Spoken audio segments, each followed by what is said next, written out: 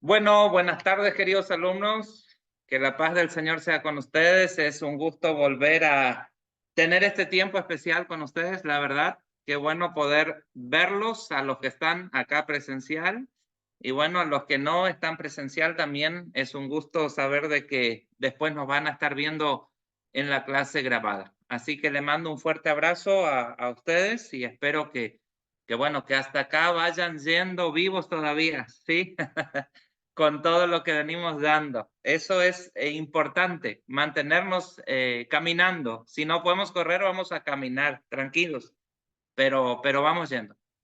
No se preocupen, si hay muchas cosas que no entienden, ya lo van a entender, así que bueno, vamos a dar comienzo y quisiera pedirle a Marianela, ¿puede ser? Si nos puede dirigir en oración hoy. Bueno, oramos. Padre eterno, nuestro Dios, bondadoso, misericordioso, gracias Señor por habernos regalado un día más de vida, por habernos regalado este tiempo, Señor, donde podemos estudiar de tu palabra, aprender, Señor, cada día más para poder crecer en el servicio tuyo. Bendice a nuestro profesor, al pastor Daniel, Señor, y bendice a cada uno de mis compañeros, para que todos podamos, Señor, ser bendecidos a través de esta clase de este día, Señor. Gracias por esta oportunidad que nos das. En el nombre de Jesús te alabamos y te bendecimos. Amén. Amén, Señor. Amén. Muy bien, muchas gracias, Marianela. Hola, hermana Irma, un gusto saludarla, tenerla en la clase. Gracias, hermano. Pasa usted, bendiciones para todos. Gracias, paz, hermana. Bueno, ahí no sé cómo van yendo todos, pero bueno, espero que bien. Por ahí a los que están en la clase presencial, manténganse siempre ahí despiertos con ganas de interactuar, porque creo que es importante esto, porque también les va a ayudar tal vez a sus compañeros los que después ven la clase grabada con algunas preguntas o inquietudes que ellos tal vez tengan, pero a la vez la están haciendo ustedes ahora. Así que está re bueno. No se asusten si no saben algo, no se preocupen, que estamos aprendiendo juntos, no se olviden de eso, ¿sí? Si supiéramos todas las cosas, pues no estaríamos acá, ¿sí? Así que bueno, vamos a iniciar nuestra clase de hoy, ¿sí? Y quiero decirles otra vez, repetirles, que hasta el momento nuestro recorrido que hemos hecho acerca del Pentateuco, ¿sí? Acerca de los distintos temas que nos presenta el Pentateuco, ha sido un recorrido muy generalizado, ¿sí? Muy generalizado. ¿Por qué? Porque no tenemos mucho tiempo para detenernos.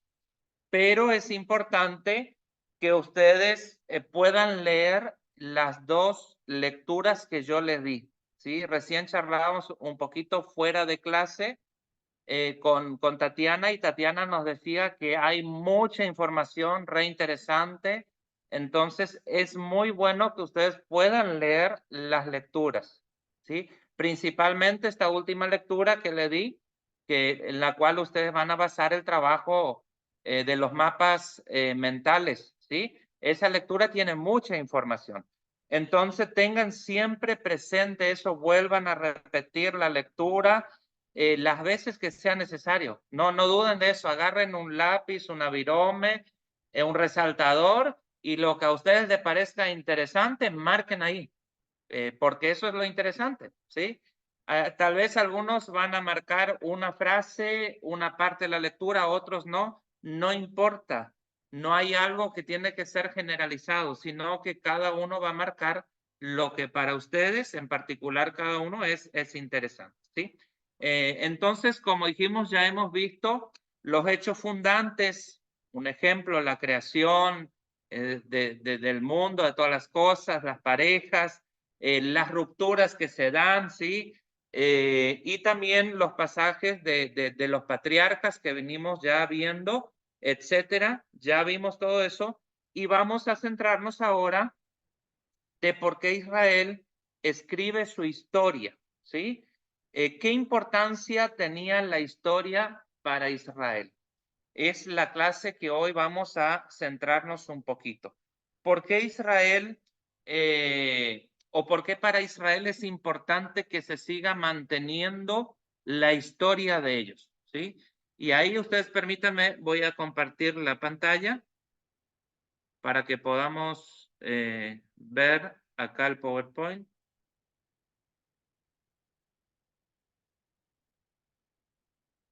Pregunto, ¿se ve?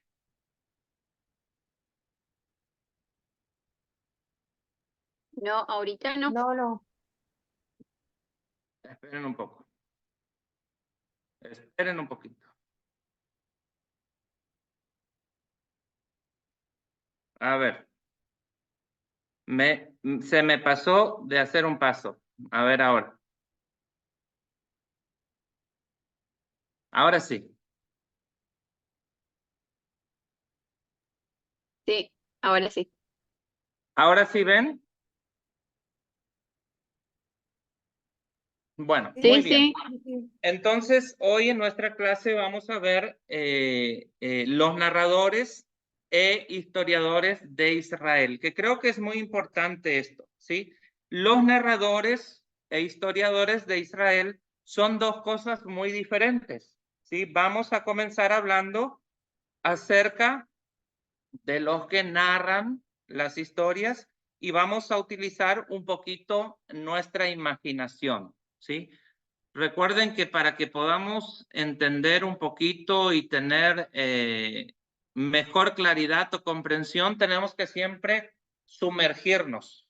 A mí me gusta al menos sumergirme en la historia, en el texto y bueno, ser parte o permitirme ser parte de lo que está sucediendo, ¿no? Eso es lo que a mí me ayuda mucho a entender un poquito eso.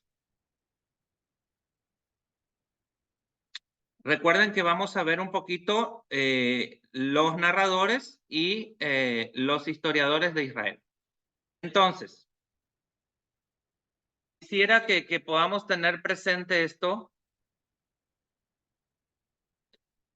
y que podamos tal vez mirar un poquito el Pentateuco o la narración o la historia y podamos imaginarnos que quizás fue una noche de frío junto al fuego cuando comenzó a contarse la historia de Israel, ¿sí? Imagínense los primeros ancianos que recordaban las andanzas de los antepasados famosos, quizás recordaban a José, a Abraham, no sé, contando a sus nietos, a sus familias, y más tarde llegaron los grupos del desierto, los que habían transitado el desierto, relatando las penalidades sufridas en Egipto, la terrible marcha hacia la tierra prometida y la revelación concedida por el Señor a Moisés, ¿sí? Entonces, tal vez a lo largo del tiempo se fueron contando, porque ¿recuerdan ustedes cómo se mantenían las historias en aquel tiempo? ¿Cómo eran mantenidas? Oralmente.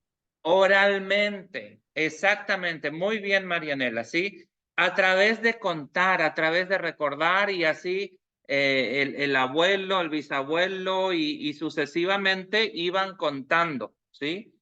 Y bueno, vendrían luego los poetas populares, cantores de gestas realizadas contra los filisteos, y no faltaban sacerdotes que, bueno, en las peregrinaciones anuales a los santuarios, relataban al pueblo cómo se apareció Dios en aquel lugar sagrado, ¿sí? En el monte Sinaí.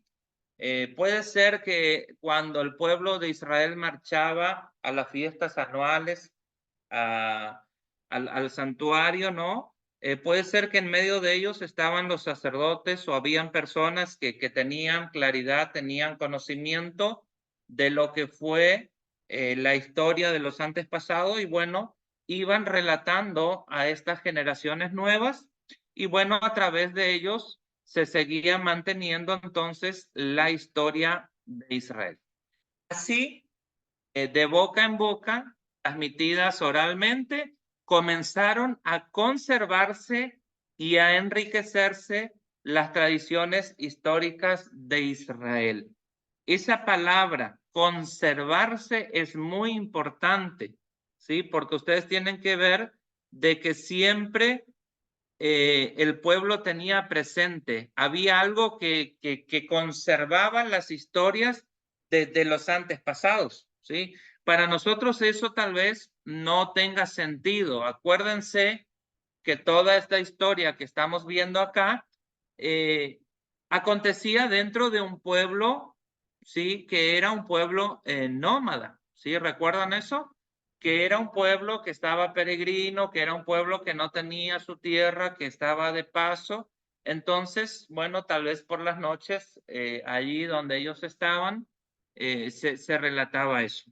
Y eso, bueno, creo que es un poco imposible para que nosotros podamos entender mucho, porque nosotros no tenemos esa costumbre de ir recordando, o para nosotros creo yo que no es muy importante el recordar las historias de nuestros antepasados. A ver, yo le pregunto a ustedes, ¿quiénes de ustedes conocen la historia de los bisabuelos de ustedes, de los abuelos?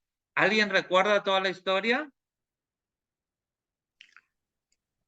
Yo de mi abuelito sí, Ajá, paterno, del materno, ajá. del paterno no tengo mucho conocimiento. ¿Y de los bisabuelos? También un poco, sí. Muy bien. Ajá. ¿Marianela? Sí, yo también de mis abuelos maternos, sí, porque ellos emigraron, vinieron en la época de la guerra, se vinieron a Uruguay y bueno, Ujú. tengo la historia de mi abuela que me contaba todo lo que habían Bueno, sufrido, ¿no? claro. Ajá. Bueno, fíjense ustedes, yo también recuerdo un poco de las historias que me contaba mi abuelo, de la época en que vinieron huyendo de la guerra, ¿no? De Alemania, de Rusia, y bueno, quedaron, pero hoy como que eso ya no tiene mucho sentido. Por ahí en alguna conversación familiar, si me preguntan mis hijos, tal vez le cuento algunas cosas, pero ya no tenemos ese tiempo de escuchar, de contar, y seguramente le pasa a ustedes también, que tal vez ustedes sí conozcan un poco la historia de los antepasados, pero ya no sé si los hijos de ustedes con tanta exactitud o ya los nietos de ustedes. No sé si no va a llegar al punto que se va a quedar como en el olvido, ¿no? Eso nos pasa a nosotros. Pero en cambio, el pueblo de Israel no. El pueblo era muy importante seguir conservando eso. Recuerdan que todos los que salieron de Egipto no entraron a la tierra prometida. Eso lo vimos en una clase anterior. Solamente entraron dos. Pero antes de entrar estaba un tercero que era Moisés, el cual tuvo que volver a recordar, ¿no? Al pueblo todas las cosas porque ya era una generación nueva. Entonces, ahí se seguía conservando, ¿sí? Se seguía conservando la historia de ellos. Y sucesivamente, después que ellos entraron a la tierra prometida, seguramente fueron contándole a sus hijos, a sus nietos, a su familia, y es así donde se iba transmitiendo oralmente, ¿sí? De boca en boca, la historia del pueblo de Israel. Ahora vamos a ver un poquito, hasta aquí surgió una clase más culta en torno a la corte de Jerusalén. Permítanme hacer un cambio acá.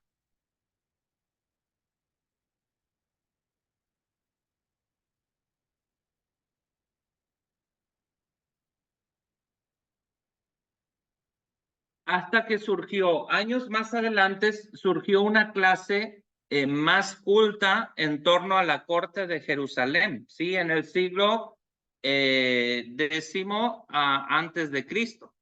También le interesaban otros datos. La lista de los gobernadores de Salomón, los distritos en que se dividió el reino, el lento proceso de la construcción del templo de Jerusalén, del palacio, con sus numerosos objetos de culto, ¿sí? Y, o de adorno sería, ¿sí? Ahora, 10 siglos después, surge una clase, diríamos, más culta, y esta clase culta, ¿sí? Una clase que tenía mayor preparación, podríamos decir, ¿sí? Que ya había sido influenciada por los diversos avances que habían de conocimiento que tenían ya en aquellos tiempos. En ese tiempo, en el pueblo de Israel, nace una generación, diríamos, a ver, más refinada o más preparada en cuanto a la escritura, ¿sí? Y es ahí entonces, esa clase culta se forma alrededor de la corte ya de Jerusalén, ¿sí? Del Palacio Real. Es ahí a donde entonces esta gente que ya tiene otra mentalidad, ¿sí?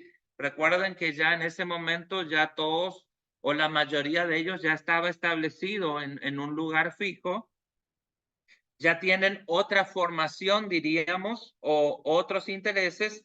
Ellos empiezan a tocar otros temas del texto sagrado, ¿sí? Y eso se da a través de la escritura. Ahí ellos ya empezaban a registrar de puño y letra todas las cosas, porque habían cosas importantes. A ver, la lista de los gobernadores en la época del rey Salomón, los distritos cuando ellos ya entraron a poseer la tierra, se tuvieron que dividir y bueno, todo iba dividido, los reinos serían, estaba todo totalmente ya inscripto, ¿sí? Ya se iba registrando el proceso que se iba dando, la construcción del templo de Jerusalén, del palacio real, ¿sí?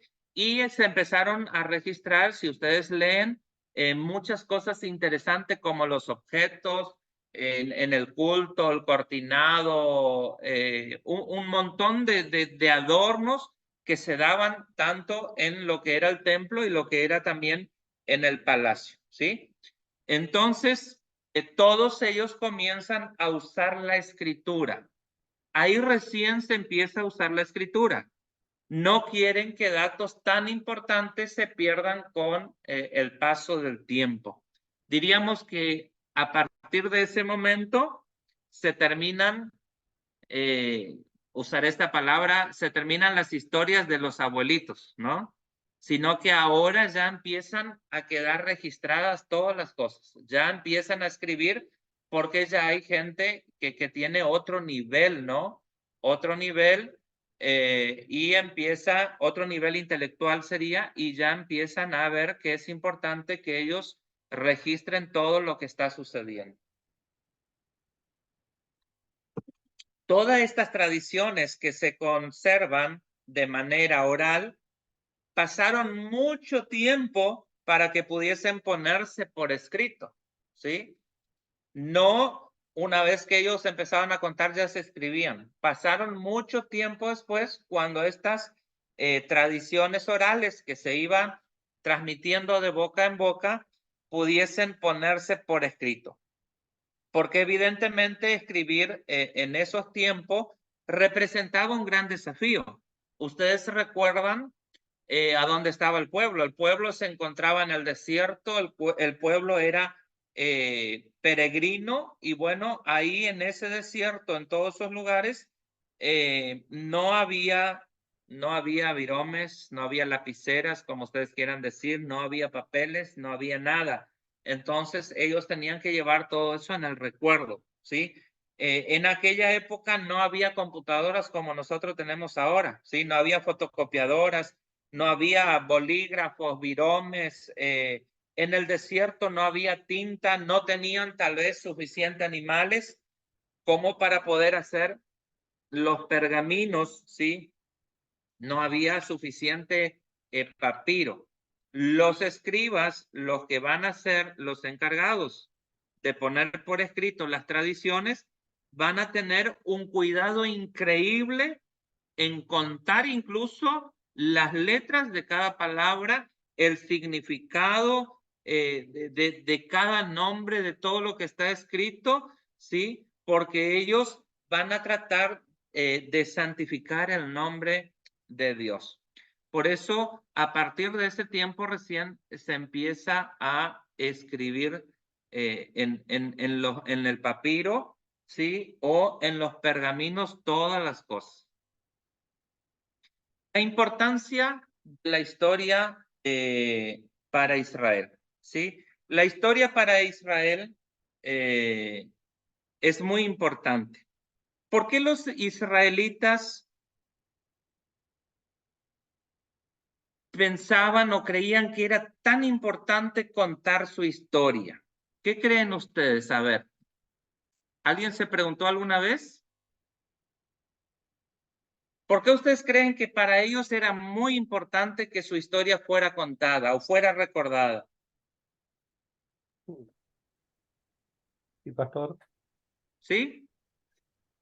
Bueno, se me ocurre que podría ser por las promesas que el pueblo tenía y bueno, su vida descansaba un poco del propósito de Dios que tenía con ellos, ¿no? Entonces la historia para ellos era relevante.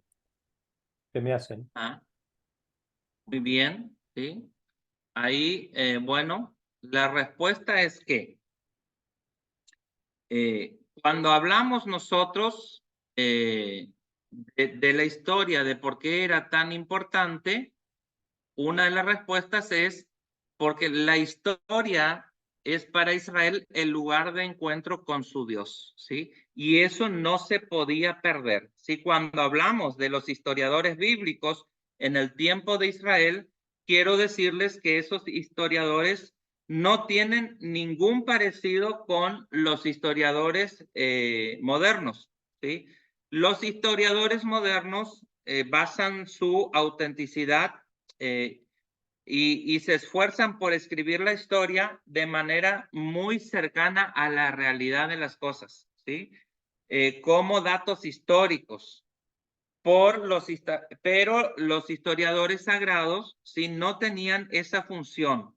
No estaban influenciados por el método, sería de la investigación, por la cultura griega, por científicos, por arqueólogos, por la geografía, etcétera. A ellos no le interesaba eso. Lo que a ellos le interesaba era que Israel pudiera recordar sí, el lugar o la historia en el lugar del encuentro con Dios. ¿Sí se entiende? Ellos no tenían esa formación, su intención era otra. Entonces no vamos a confundir nunca un historiador moderno con un historiador bíblico. Por eso la historia que aparecen en el texto bíblico pueden ser que algunas no concuerden con lo histórico o con lo científico. Ya dijimos que la Biblia no es para estar corroborando con la ciencia, ¿sí? O alguna otra cosa, pero es porque el escritor no le importaban esos datos. Para el escritor era muy importante resaltar otra cosa. Ni siquiera se puso a pensar en sus escritos que algún día tal vez alguien iría a poner debajo de la lupa, ¿sí? De científicos tan rigurosos como lo tenemos hoy en el siglo XXI, todo lo que ellos escribieron. Eso no existía en la mente de ellos. Para ellos la historia era importante para Israel porque ella contaba el lugar de encuentro con su Dios. ¿Sí? También era importante la historia porque la fe de este pueblo no se basa en mitos atemporales, ¿sí? Ajenos al espacio y al tiempo que nos rodean, ¿sí? Ellos, en término teológico, diríamos, Israel va a interpretar la intervención de Dios en la historia, ¿sí? Israel va a necesitar la intervención de Dios o que vean la intervención de Dios en la historia. La fe de Israel no es una fe que se pierde en tiempos, ¿sí? En leyendas, no se basa en historias constituidas a través de imaginaciones. La fe de Israel no se basa en situaciones, diríamos, que siguen a los dioses de las culturas paganas, ¿sí? La fe de ellos era otra fe, ¿sí? La cultura pagana se fijaba en sus dioses que terminaban perdiéndose con el tiempo y que tenían que crear otro dios para mantenerse en el tiempo y que tenían que tener un montón de acciones, sería, para que las divinidades no se perdieran.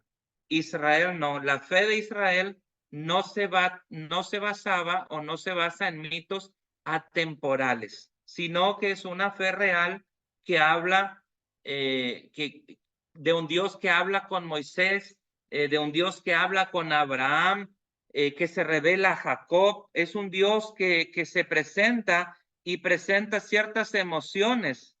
Y el escritor sagrado trata de explicar esas emociones cuando Dios, por ejemplo, se irrita y le dice que le pesó a Dios, ¿no? Le pesó al Señor haber creado al hombre, ¿sí?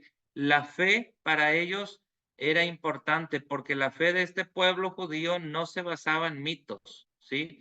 Ajenos al espacio y a los tiempos que nos rodean, sino que ellos se basaban en un Dios real, en un Dios que se manifestaba en medio de su pueblo. Y otra de las cosas, porque tenía importancia contar la historia, es que es una fe que nace y se desarrolla en contacto directo con los acontecimientos de nuestro mundo. A través de ellos, Dios revela su amor, su perdón, su interés por el hombre, su afán de justicia, sus deseos y planes con respecto a la humanidad, ¿sí? Es un Dios que vemos muy activo, es un Dios que vemos muy activo, que juega un papel, diríamos, muy importante o principal, y en todo lo que suceda vamos a ver a un Dios que va a revelar su amor siempre al pueblo. Aun cuando este pueblo, ya dijimos que muchas veces le falló a Dios, que muchas veces se equivocó, que muchas veces defraudó a Dios, Dios siempre se va a revelar en amor, en perdón, en interés por el hombre, ¿sí? Se va a interesar por el hombre, ¿sí? Por la justicia, para llevar adelante los planes que él tiene, ¿sí? No es una revelación que cae del cielo, ¿sí? Sino perfectamente, no es una revelación que cae del cielo, perfectamente esbozada y concretada en todos sus pormenores. De una vez para siempre, Dios se revela poco a poco, paso a paso, no a través de un libro, sino a lo largo de la vida, ¿sí? La historia de Israel, la historia que nosotros vemos o los libros que estamos estudiando, no son escritos que cayeron del cielo de una y estaba todo escrito, ¿sí? Contando de un Dios. Yo creo que Dios, aun cuando tenemos toda la revelación de Dios, y ahí quiero preguntarles algo, ¿qué piensan ustedes? ¿Que Dios es todo lo que está en la Biblia? ¿Dios se encierra en todo lo que está en la Biblia? ¿Qué creen ustedes? No, creo que no. Es mucho más superior, es la omnipotencia de Dios no se puede reducir a un escrito. Ajá. Muy interesante y muy buena respuesta, Marianela. Claro que sí. La Biblia hoy sería como una ventana, diríamos, ¿no? Para contemplar, para mirar a Dios, para conocerle un poco a Dios, para saber quién es Él. Pero Dios se va a ir revelando poco a poco y paso a paso, aún en nuestra vida, ¿sí? a lo largo de nuestra vida. Yo creo que hasta el día que nos vayamos al descanso, tal vez no hayamos conocido la plenitud de lo que es Dios, de lo que significa Dios, ¿no? Entonces, por eso era importante para el pueblo seguir manteniendo su historia, porque esa historia marcaba a un Dios que iba con ellos, ¿sí? Que estaba presente, ¿sí? Que paso a paso les acompañaba. ¿Alguna pregunta hasta acá? Antes que avancemos.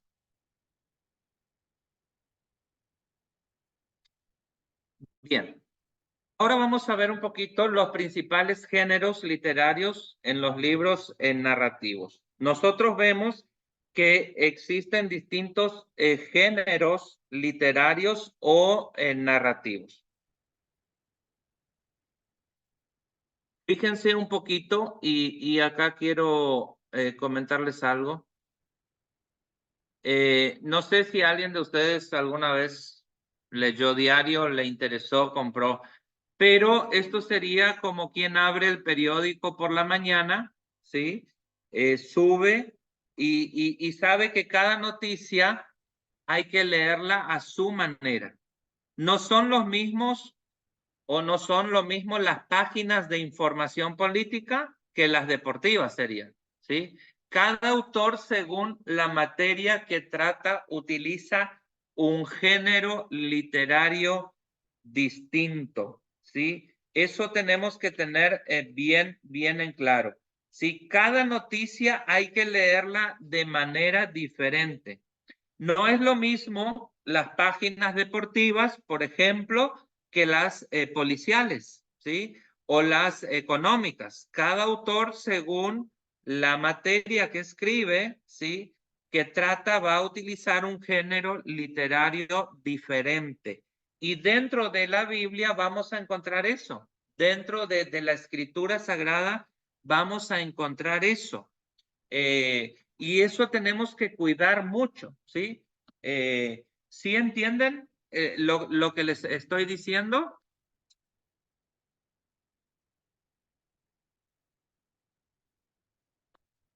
Fíjense ustedes un ejemplo.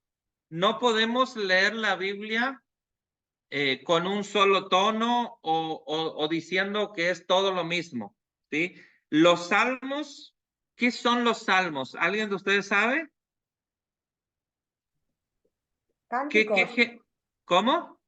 Son poesías, cánticos. Poesías, cánticos, muy bien. Poético. Poéticos, ¿sí? Pero a veces lo leemos, no sé, como historias o como, no sé, que si estuviéramos leyendo el libro de números, haciendo un censo. ¿Sí? ¿Se dieron cuenta? Cuando nosotros buscamos y entendemos un poquito los géneros literarios, va a tener más sentido para nosotros, sería la palabra, vamos a comprender, porque el Salmo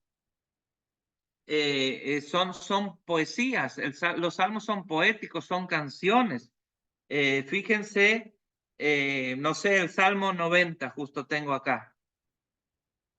Si yo leo el Salmo 90, así, Señor, tú nos has sido refugio de generación en generación, ante que naciesen los montes y formases la tierra y el mundo, desde el siglo y hasta el siglo tú eres Dios. Y vuelves al hombre, no tiene sentido ese salmo, no tiene sentido. Ahora, si yo digo, Señor, ¿no? Tú nos has sido refugio de generación en generación, antes que naciesen los montes y formases la tierra y el mundo desde el siglo y hasta el siglo, tú eres Dios, ¿no? Tiene sentido, ¿sí? Tiene sentido. Entonces, es importante que nosotros podamos entender un poquito los géneros literarios y narrativos de cada uno de los libros. Obviamente no vamos a leer una historia cantando, ¿no es cierto? O un censo que vimos en números cantando, no. Cada género tiene tiene, o sea, cada escritura, cada narración tiene géneros literarios, ¿sí? Y narrativos. Tenemos que tener muy en cuenta eso.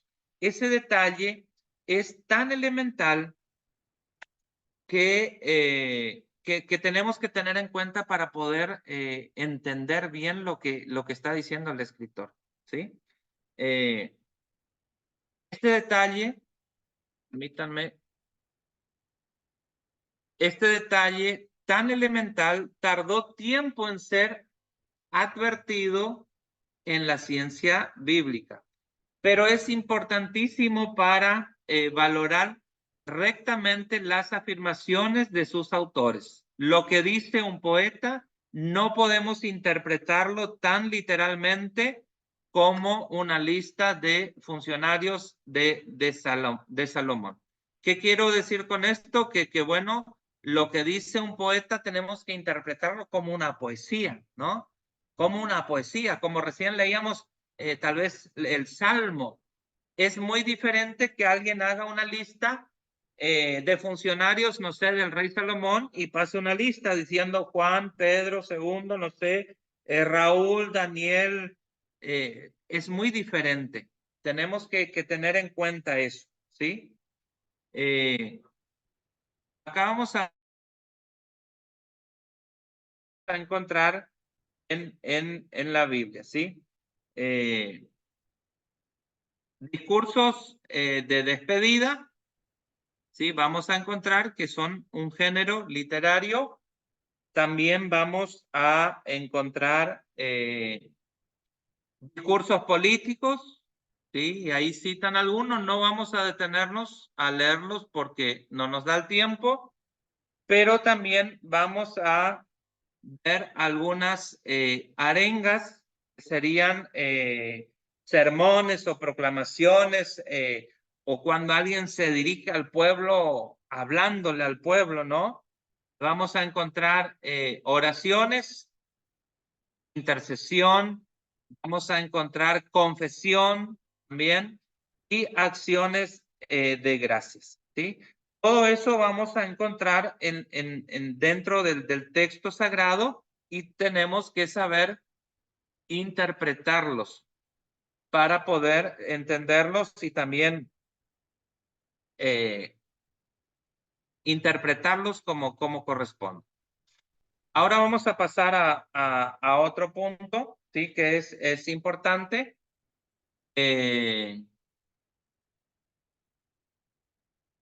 Bueno, ahí también vamos a tener algunos que son contratos. Se van a hacer algunas cartas, listas genealógicas.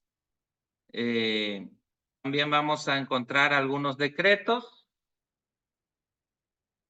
También vamos a ver narraciones históricas a lo largo del Pentateuco, informes que se van a dar, ¿sí? Acerca del templo, por ejemplo, historias populares y autobiografías como la de Nehemías también que encontramos en las Sagradas Escrituras, ¿sí?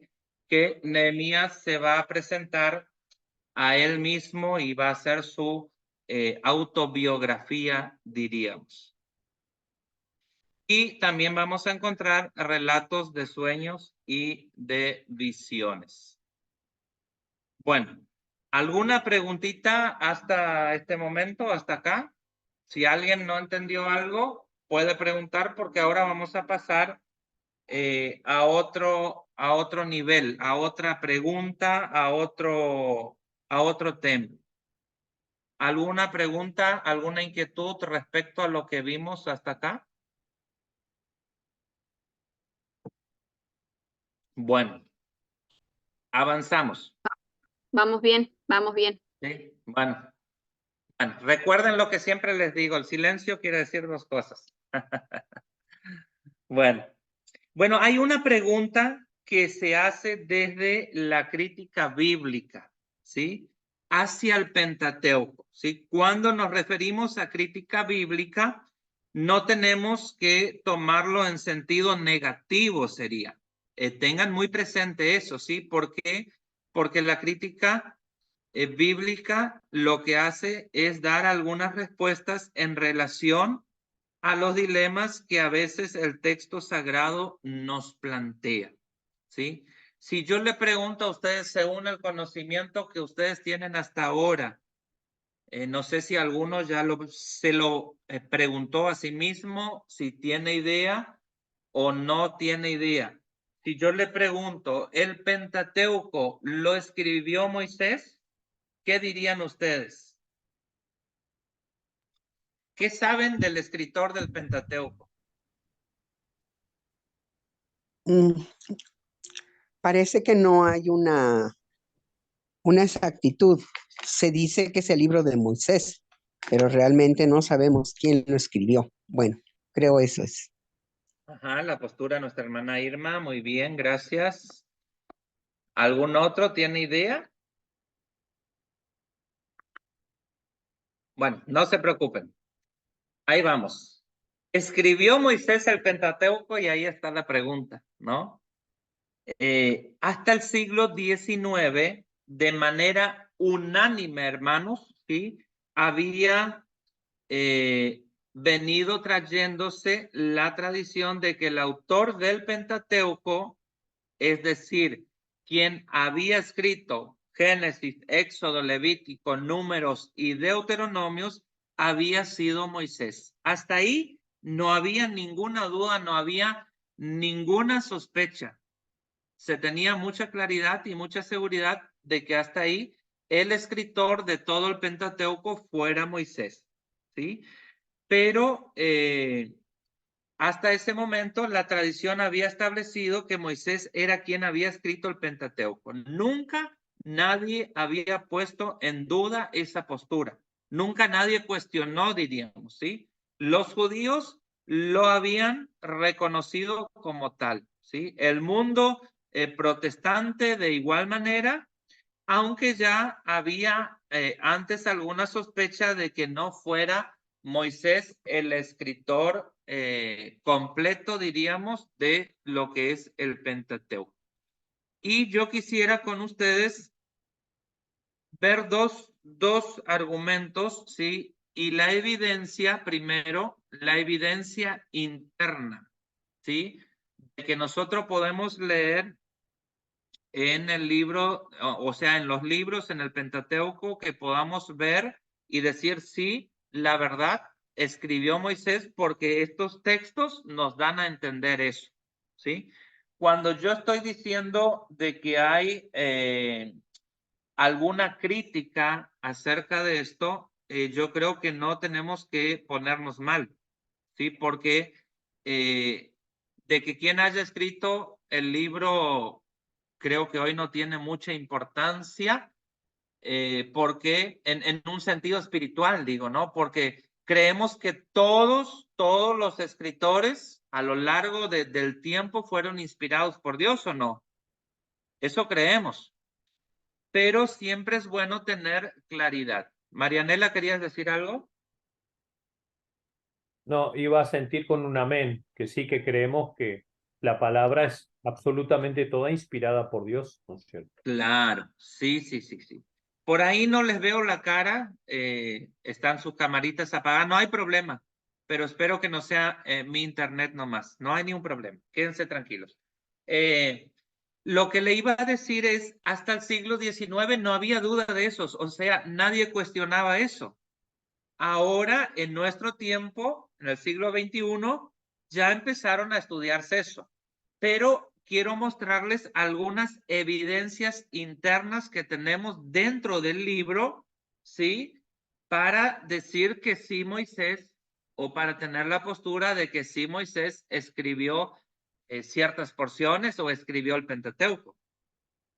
La primera evidencia que nosotros vamos a encontrar es que Dios le da una orden a Moisés en Éxodo 17:14. Permítanme, vamos a leer ese texto. De ahora en adelante vamos a revisar varios textos, ¿sí? En el libro de Éxodo, en el capítulo 17, verso 14, Y quisiera pedirle si alguno tiene su Biblia a mano ahí que me vaya ayudando en la lectura y si no la tiene que la busque y vamos a leerla juntos, ¿sí? Leo yo. Yo la tengo. ¿Ya tiene el texto? Sí, hermano. Éxodo 17:14. A ver qué dice. Y Jehová dijo a Moisés, escribe esto para memoria en un libro, y di a Josué que raeré del todo la memoria de Amalek de debajo del cielo. Amén. Muy bien, gracias, hermana Irma. ¿Vieron? Ese pasaje ahí da evidencia de que sí, Moisés fue el que escribió, porque dice la palabra que Jehová le dijo a Moisés, escribe en un libro, ¿sí? El mismo texto acá nos está diciendo de que sí, el escritor de esto era Moisés, ¿sí? Nuestra segunda evidencia interna que vamos a encontrar dentro del Pentateuco es en el libro de Éxodo 24, verso 4. Si alguien tiene y quiere leer, abra su micrófono sin problema. Permiso. Sí, Dice, Moisés puso entonces por escrito lo que el Señor había dicho. A la mañana siguiente madrugó y levantó un altar al pie del monte y en representación de las 12 tribus de Israel consagró 12 piedras. muy bien, gracias. ¿Vieron? Ahí dice que Moisés dejó también por escrito, ¿sí?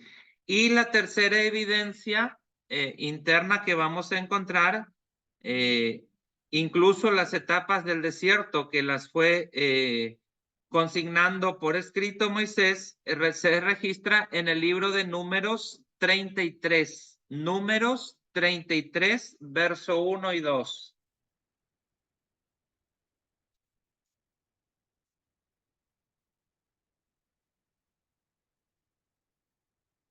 Si alguien lo tiene, lo lee, lo estoy buscando. Permiso. ¿Sí? Moisés escribió sus salidas conforme a sus jornadas por mandato de Jehová. Estas, pues, son sus jornadas con arreglo a sus salidas. Amén. Muy bien, gracias. Gracias, hermana Irma. ¿Sí? Y escribió, dice, también Moisés, ¿no? Y la cuarta evidencia interna que tenemos que vamos a encontrar en los libros del Pentateuco es al final del Deuteronomio. A ver, díganme ustedes un poquito, ¿hasta qué libro de la Biblia estuvo vivo Moisés?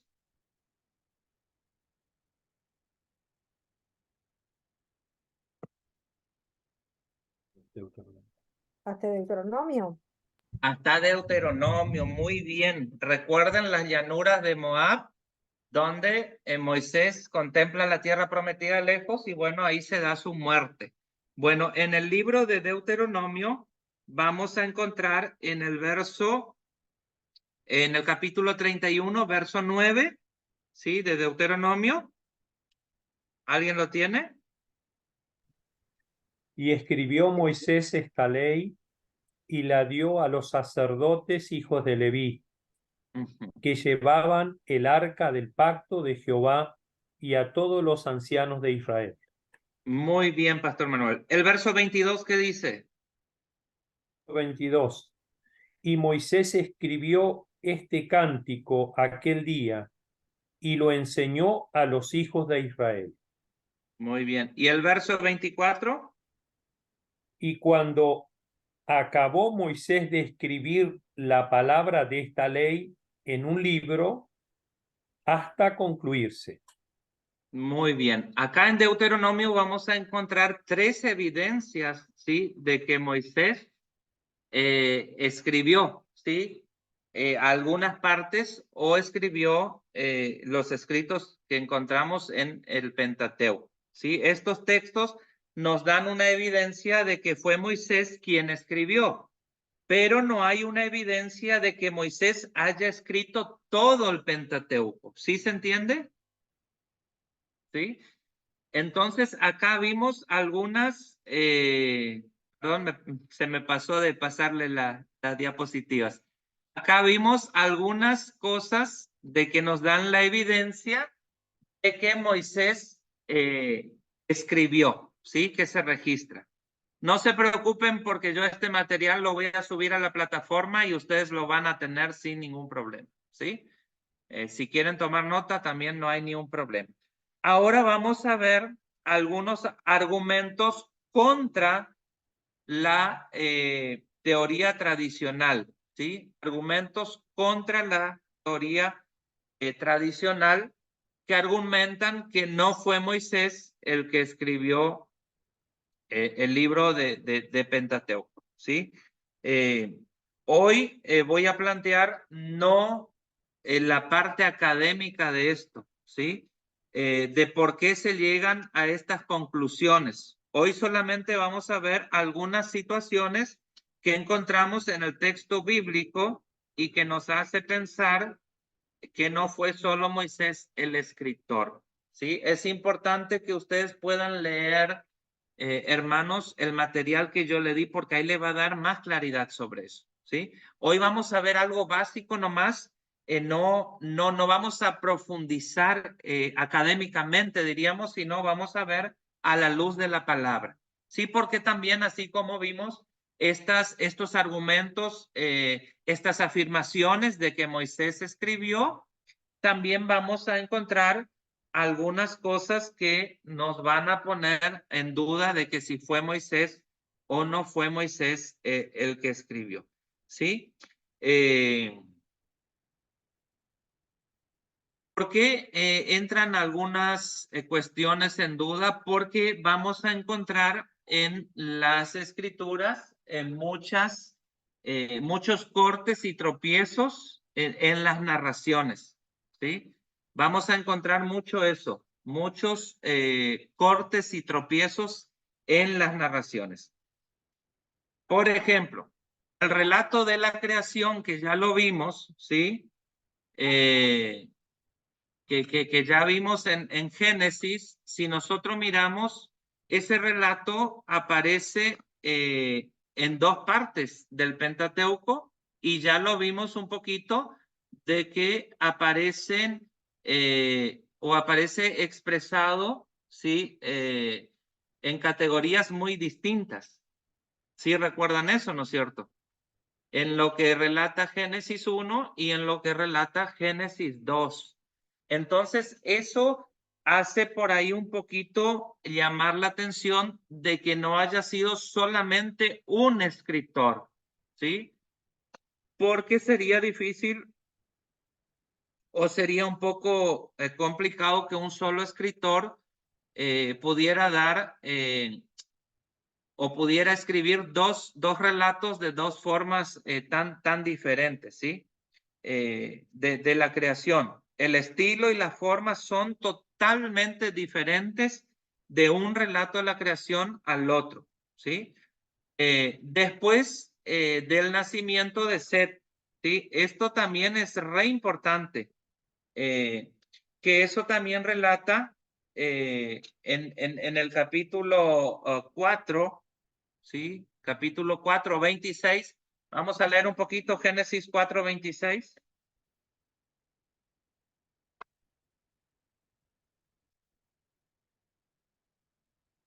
Cuatro 26 dice lo siguiente: y Set también le nació un hijo y llamó su nombre Enos. Entonces los hombres comenzaron a invocar el nombre de Jehová. O sea, acá nosotros vemos a Set, ¿sí? Describe que a Set se le nació un hijo y fíjense lo que dice a continuación en el capítulo 5 y verso 1. ¿Alguien quiere dar lectura? Génesis 5:1. Sí, permiso. Esta es la lista de los descendientes de Adán. Cuando Dios creó al ser humano, lo hizo a semejanza de Dios mismo. Ajá, gracias. Bueno, ahí es como que se da algo que no está combinando, porque el capítulo 4 cierra diciendo ya de lo que era en los hijos de Adán, de que Set también a él se le nació un hijo y termina el capítulo 4. Ahora comienza el capítulo 5 hablando de las generaciones de Adán. ¿Sí se dan cuenta? ¿Me explico lo que le quiero decir? es como que se vuelve a retomar otra vez y a empezar a contar la generación de Adán. Y si fuera un solo escritor, yo creo que tendría cuidado con eso, ¿sí? Es eso lo que se cree, que no estaría interponiendo dos relatos diciendo lo mismo, pero de manera diferente. ¿Sí? ¿Sí me explico?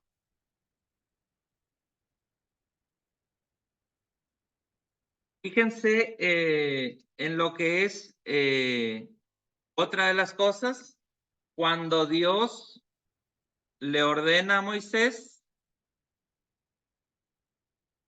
cuando Dios ordena a Moisés que baje del monte y suba de nuevo con Aarón, pero el relato se interrumpe para dar paso al decálogo, ¿sí? Eso lo vamos a encontrar en Éxodo. Éxodo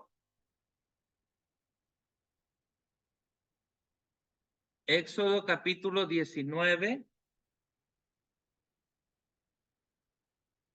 Si alguien encuentra antes que yo, da lectura.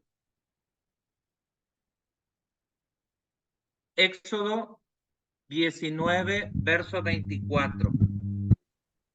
Dice, y Jehová le dijo, ve, desciende y subirás tú y Aarón contigo, mas los sacerdotes y el pueblo no traspasen el límite para subir a Jehová, no sea que haga en ellos estrago, ¿no? Ahí es donde Moisés y Aarón suben y de repente ya se dan lo que es el decálogo, ya se dan los 10 mandamientos. Es como algo que corta y como que interrumpe, ¿no?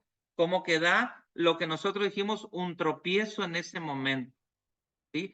Estos ejemplos que podrían multiplicarse hasta la saciedad son impensables si la obra ha sido escrita por la misma persona. ¿Sí me explico hasta acá? ¿Alguien tiene una duda o le gustaría opinar algo? No me parece muy bien lo que se está marcando acá. Sí se dan cuenta que hay cosas como que no son la continuidad, sería, ¿no? Como que termina hablando de una cosa y vuelve a hablar otra vez o de la misma o se toma totalmente otro tema. Y si nosotros analizamos un poquito un tema y el otro, van a tener muchas diferencias en lo que son sus géneros literarios.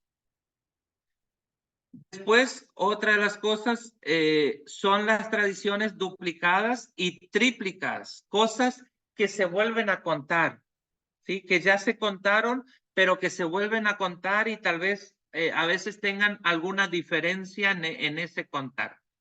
Por lo menos, ya vuelvo a repetir, los relatos de la creación, ¿sí? Vimos que el relato de la creación es contado de una manera, pero capítulo 2 habla totalmente de otra manera, en otro género, totalmente se da mucha diferencia. Si fuera solo Moisés, yo creo que con un relato sería reinteresante. ¿Por qué vuelvo a recalcar esto? Porque en el primer relato, el hombre y la mujer son creados de una manera y en el segundo relato de Génesis 2, totalmente es algo muy diferente. Entonces, eso pone en cuestión o en duda de que si realmente fue solamente una persona la que escribió el Pentateuco, ¿sí? Después vemos las dos descendencias de Adán, ¿sí? Que leímos ahí un poquito en Génesis 4 y 5. Los relatos del diluvio un poquito mezclados, ¿sí? Eso está interesante ahí un poquito. Vamos a ver qué dice Génesis 6:9.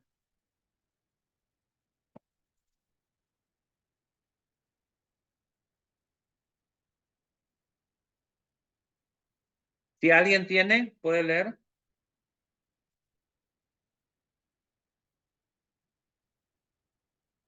Génesis 6:9.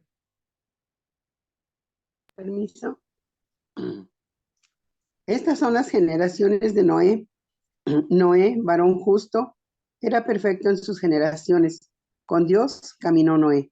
Amén. Ajá, muy bien. Bueno, en el capítulo 9 vamos a ver de vuelta, ¿sí? En el capítulo 9 vamos a ver otra vez diciendo, bendijo Dios a Noé y a sus hijos y les dijo, fructificad. Como que varios capítulos más adelante vuelve a retomar el mismo tema, sería, ¿no? El mismo tema, pero con diferencias en lo que son el relato, ¿sí? También vemos 3 veces la esposa en peligro. Acá hablamos de la esposa de Abraham. Cuando Abraham por 3 veces, lo vamos a ver en el Pentateuco, dice que no era su esposa.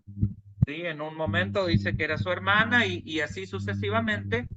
Vemos 3 narraciones refiriéndose a lo mismo, hablando de que Abraham, bueno, mentía de que no era su esposa.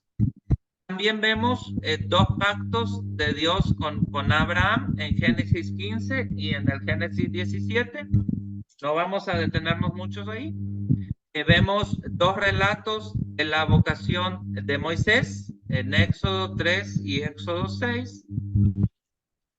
También vemos 2 promulgaciones del Decálogo, ¿sí? Que son los 10 mandamientos, escrito en Éxodo y también en Deuteronomio. Y también vamos a ver leyes sobre los esclavos que se dan en Éxodo y Deuteronomio también. Recuerden, ahora esto ahí me detengo un poquito. Ustedes recuerdan que el pueblo de Israel cuando salió de Egipto era un pueblo libre. Sí concuerdan conmigo, ¿no es cierto? Ahora la pregunta es, ¿y por qué en Éxodo y por qué en Deuteronomio hay una ley hablando sobre los esclavos? Si hasta el momento que el pueblo entró a la tierra prometida, no había una necesidad de establecer una ley sobre los esclavos. Y recuerden, permiso que voy a enchufar mi compu. Y recuerden que Moisés termina muriendo en el libro de Deuteronomio y en ese transcurrir de Moisés no había una necesidad de que se estableciera una ley sobre cómo tratar o cómo hacer con los esclavos. Por eso se deduce de que, bueno, no fue Moisés solamente el escritor de lo que es el Pentateuco. ¿Sí? Sobre la ley, leyes sobre el homicidio, también eso se da mucho después, porque ustedes van a ver que alguien que haya matado o alguien que mataba a una persona inocentemente, sin querer sería, daba muerte a un hombre, bueno, ese tenía o habían ciudades donde le cobijaban y una vez que éste corría y llegaba a entrar a la ciudad, ya no le podían hacer más nada, ¿no? Entonces, estas leyes no tienen mucho sentido decir de que Moisés las escribió porque Moisés no estaba más junto con el pueblo cuando el pueblo de Israel ya estaba establecido en la tierra prometida. Bueno, ¿alguna preguntita hasta acá? Vamos entonces avanzando. También vamos a encontrar tradiciones distintas e incluso opuestas, ¿sí? ¿Cómo es eso? En Génesis 1, Dios crea al hombre y a la mujer al mismo momento, ¿sí? Al mismo tiempo, como parte de la creación. En Génesis 2, crea al hombre antes que a los animales y por último, crea a la mujer, ¿sí? Entonces, hay cosas como que incluso están siendo opuestas que analizando creo que no vendrían o se entiende que no vendrían de un mismo escritor, de una misma persona, de un mismo puño, diríamos, de estar escribiendo estos relatos. ¿Sí? En Génesis 6 se ordena a Noé a introducir en el arca una pareja de cada viviente. Y en Génesis 7 se trata de 7 parejas de animales puros y una de impuros. Ahí me gustaría que ustedes puedan abrir un poquito el micrófono y podamos interactuar en eso. ¿Ustedes se dieron cuenta de eso ya? ¿Alguno tomó en cuenta o se dio cuenta al leer Génesis de eso? Permiso. Sí, yo alguna vez lo noté, pero la verdad pues no le di importancia porque pues dije, bueno, por algo está escrito, ¿no? Pero sí, Ajá. es hermoso poder ver las diferencias y llegar a esta conclusión, ¿verdad? De que pues no nada más fue un escritor el que escribió y no nada más en este libro, yo creo que en todos. Bueno, mi opinión muy personal. Ajá, gracias, hermana Irma. O sea, yo quiero que ustedes entiendan de que yo no le quiero cambiar la idea de ustedes, ¿no? Yo simplemente le estoy dando algunos parámetros para que ustedes puedan analizar y, bueno, puedan sacar sus propias conclusiones también. Porque como ya dije, o sea, que haya sido Moisés el único autor o de que hayan, o que el Pentateuco haya tenido otros autores, no cambia la palabra, ¿sí? Seguimos creyendo que es palabra de Dios. Pero es re interesante eso, porque si nosotros le preguntamos a la iglesia o a veces nos preguntan a nosotros, ¿cómo fueron las parejas de animales que subieron al arca? Y nosotros tenemos muy en claro y se usa mucho esto para distinguir un poquito ahí el tema de la alimentación también, quieran o no, ¿no? Decimos, ya desde el arca, Dios permitió o Dios estableció que subieran solamente 2 parejas de animales inmundos y 7 de animales puros sería, ¿no? Y si nosotros nos damos cuenta en uno de los relatos donde Dios dice a Noé, vamos a Génesis 6:19.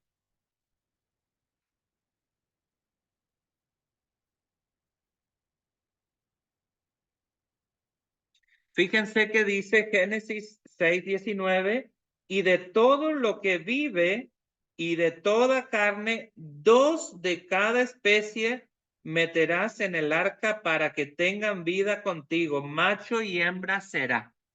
Entonces, ¿cuál era la orden ahí? ¿Cuántos tenían que meter cuántas parejas de animales puros y cuántas de impuros?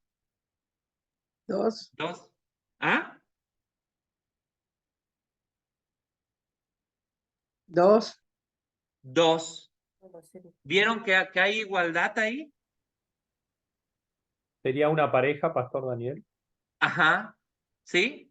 Una pareja.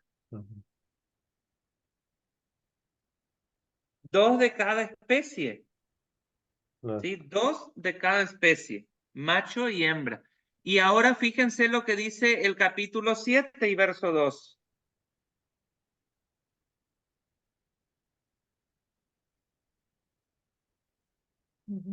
Claro, ahí serían 7, 7. a ver qué dice ahí. De todo animal limpio tomarás 7 parejas, macho y hembra, más de los animales que no son limpios, una pareja, el macho y su hembra. Ajá. ¿Se dan cuenta?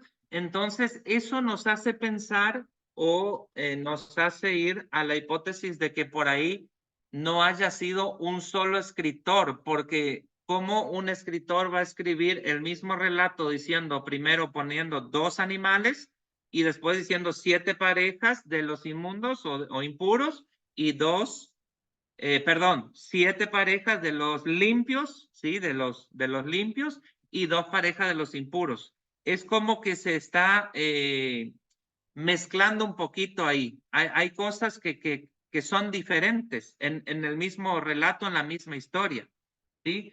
En Génesis, fíjense que 7:6 tiene lugar el diluvio y Noé entra en el arca. En Génesis 7:10 se dice que el diluvio ocurrió una semana más tarde. En Génesis 7:11 vuelve a hablarse de los comienzos del diluvio y en Génesis 7:13 de la entrada de Noé. No sé si ustedes se dieron cuenta de eso. A ver, Génesis 7:6.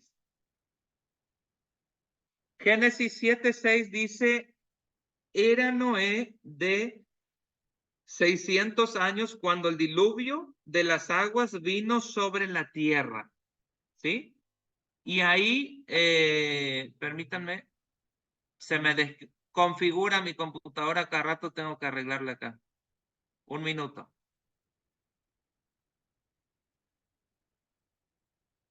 Y Génesis 7:2, bueno, es lo que nosotros leímos. Génesis 7:10, ¿alguien quiere leer?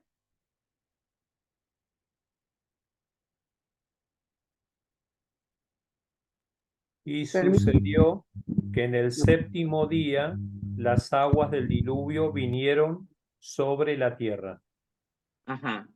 Vieron que cuando dice en el verso 7, fíjense en el verso 7, dice, y por causa de las aguas del diluvio entró Noé al arca, él y sus hijos y con sus mujeres, ¿no? En el verso 10 dice, y sucedió que al séptimo día recién comenzó el diluvio, ¿sí? Y el verso 11 dice, el año 600 de la vida de Noé, en el mes segundo, a los 17 días del mes, aquel día fueron rotas todas las fuentes del gran abismo y las cataratas de los cielos fueron abiertas, ¿sí?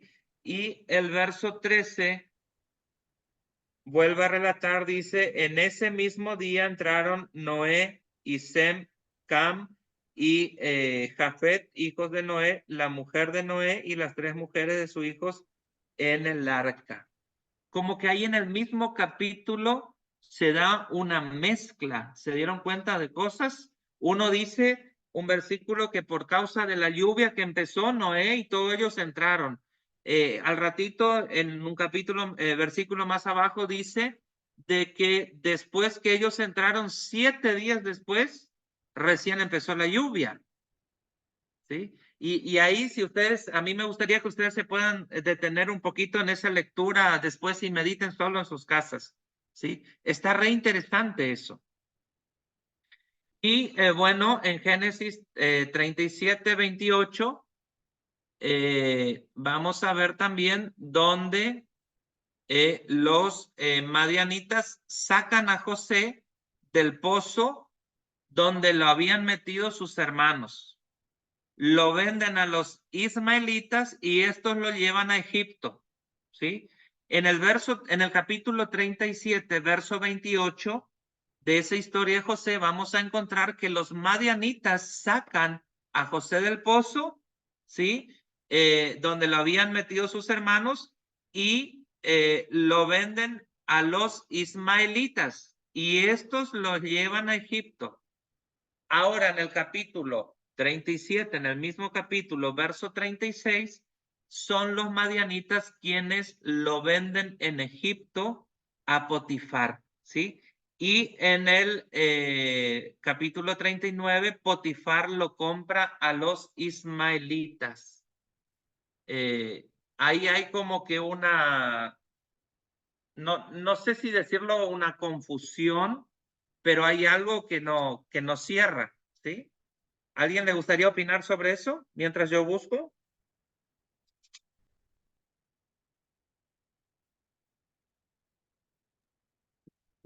Sí, Pastor Daniel.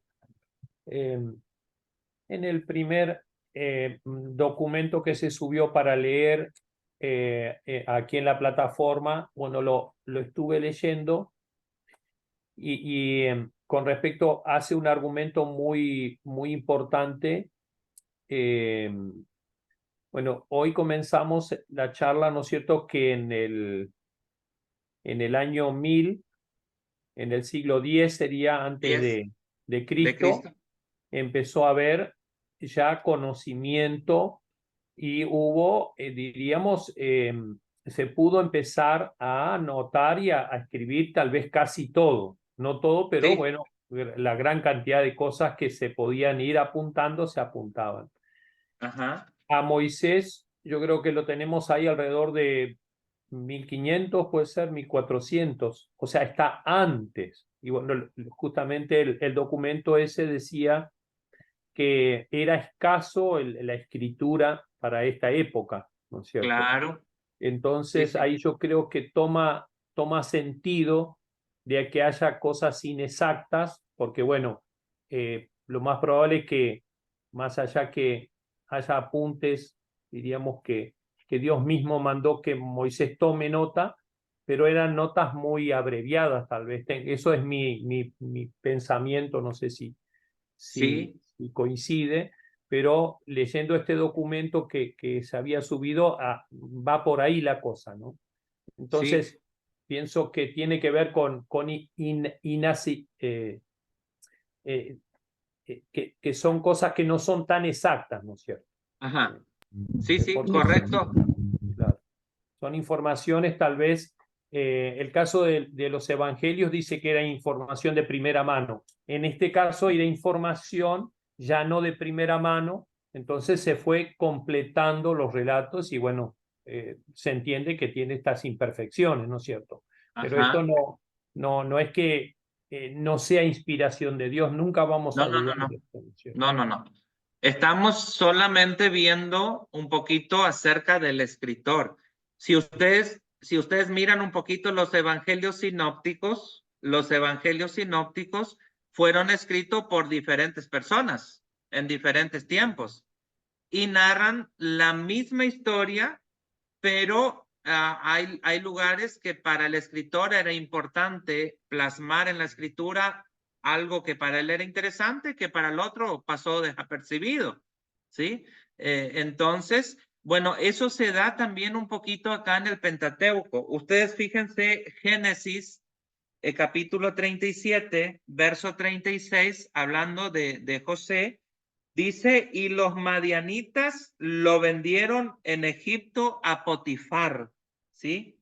Oficial de Faraón, capitán de la guardia. Ahora, eso dice el verso 36.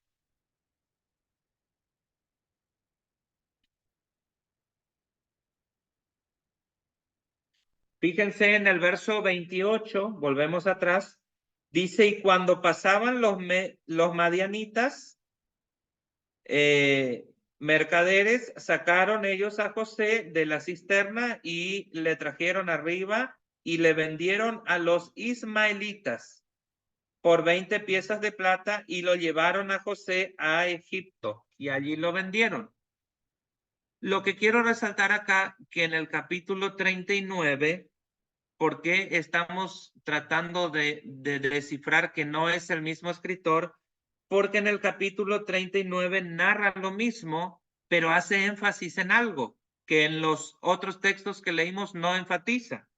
En el capítulo 39 dice, llevando pues José a Egipto, Potifar, oficial del faraón, capitán de la guardia, varón egipcio, lo compró de los ismaelitas que lo habían llevado allá. ¿Sí? Este capítulo resalta la importancia de que quién era Potifar ahora. ¿Sí? Lo otro no relata eso, pero acá el escritor hace énfasis en dejar plasmado quién era Potifar. Sí, Marianela, adelante. Sí, acá en la Biblia de estudio esta aclara de que a los madianitas también se los llamó ismaelitas, o sea, quizás eran el mismo, Ajá. porque creo que como que no tendría tanta relevancia quién fue el que lo vendió, sino lo que lo vendieron realmente, o quién lo adquirió, ¿no? No sé, Claro, digo, porque acá lo aclara en la Biblia de está estudio. bien. Pero lo que yo quiero decirles es que está correcto eso y no tiene la importancia simplemente de que nosotros podamos entender que son géneros diferentes o escritores diferentes. Porque el primer escritor no deja plasmado o no le interesa decir quién es Potifar. Ahora en el capítulo 39, el escritor le es necesario decir que Potifar es un oficial, ¿sí? De Faraón, que es el capitán de la guardia y resalta quién es Potifar, ¿sí? Por eso ahí se entiende de que o podríamos decir que no es el mismo escritor. Vamos a ir avanzando por el tiempo, ¿sí? En Éxodo 33:7 se dice que la tienda de reunión estaba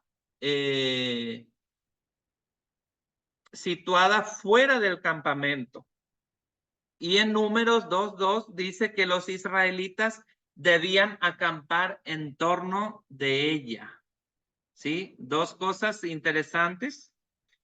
En el Éxodo 16 también se habla de que el maná como un milagro, y en Números 11 se ve al maná como un fenómeno natural, sería. Otro argumento, se dice que la nube en Números guiaba a los israelitas por el desierto. ¿Sí? En Número 10:31, Moisés no cuenta con esa ayuda y pide a Jobab que lo acompañe para que le guíe. Y en Números 10:33, quien guía al pueblo es el arca. Tres tradiciones distintas en poco más de una página sería, ¿sí? Vemos tres cosas muy diferentes ahí. Y también la duración de la fiesta de las chozas, ¿sí? Que establece uno 7 días y el otro, según Levíticos, 8 días. Bueno, en el caso de homicidio no intencionado, lo que dije hoy, las personas tenían refugio en el altar, sino que también se especificaban ciudades de refugio para el culpable que mataba inocentemente, sería sin querer. ¿Sí? Bueno, acá también vamos a ver, en Génesis se dice que en aquel tiempo habitaban allí los cananeos, y el autor supone que quienes habitaban ahora la tierra son los israelitas. La afirmación carece de sentido en los tiempos de Moisés. ¿Por qué? Porque Moisés, o sea, tenía su vida o su trayectoria en el desierto, recuerden eso, ya no dentro de la tierra prometida. Sí, también encontramos donde se menciona a los filisteos que ocuparon el territorio después de la muerte de Moisés. O sea, durante la trayectoria de Moisés no existían, serían los filisteos, ¿sí? Y en cambio, acá en el Pentateuco encontramos narrados sobre ellos. Y también se habla de los reyes adomitas que existieron antes de que los israelitas tuvieran rey. Quien escribe esta frase conoce la existencia de monarcas de Israel, cosas que solo ocurrió 2 siglos después de la muerte de Moisés. Así que también vamos a encontrar algunas diferencias de vocabulario, ¿sí? En algunos textos Dios en algunos textos se da a Dios el nombre genérico de Elohim. En otros, su nombre concreto sería Yahvé. Esta distinción, que al profano puede parecer intrascendente, fue la que permitió el análisis inicial de las fuentes del Pentateuco, ¿sí? Eso eran cosas muy importantes que llamaron la atención. ¿Por qué un mismo escritor no usaba un solo nombre de Dios? ¿Sí? Y al monte donde Dios se revela se lo llama en algunos casos Sinaí y en otros Horeb. Y también el suegro de Moisés se llama Rachel en Éxodo y Jetro en otro capítulo de Éxodo.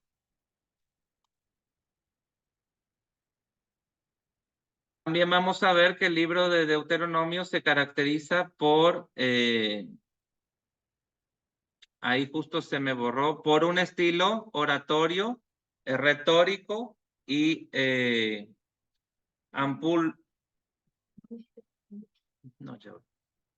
típico de ciertas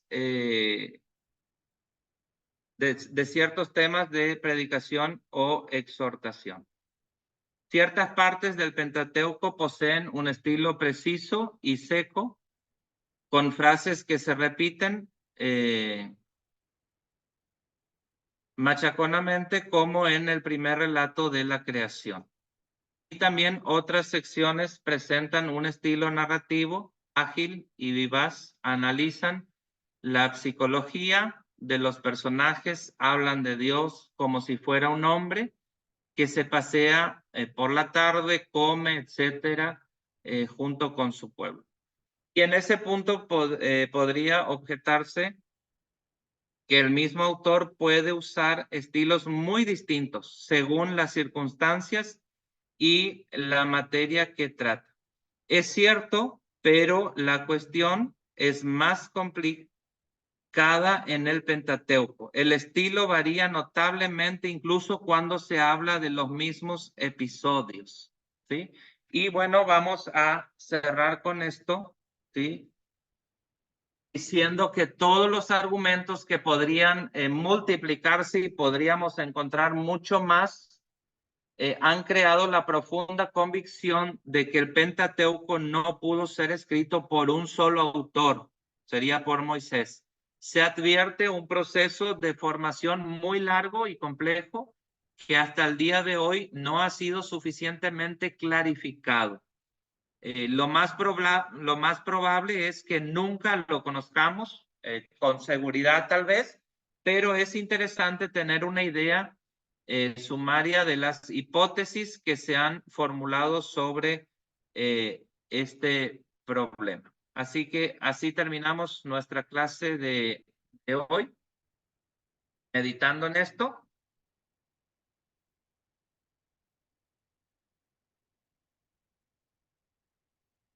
¿Sí entendieron?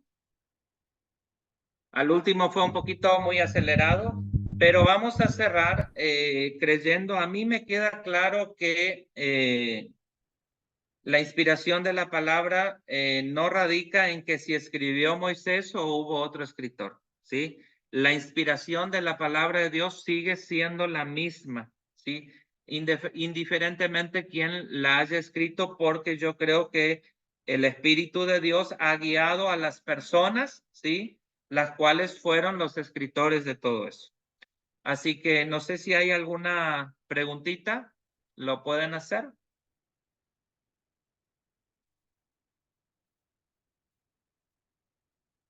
Y si no, vamos a ir avanzando. Y bueno, yo quiero pedirles que ustedes puedan leer el material que yo les di. Ese material, vuelvo a repetirlo de vuelta, no se cansen.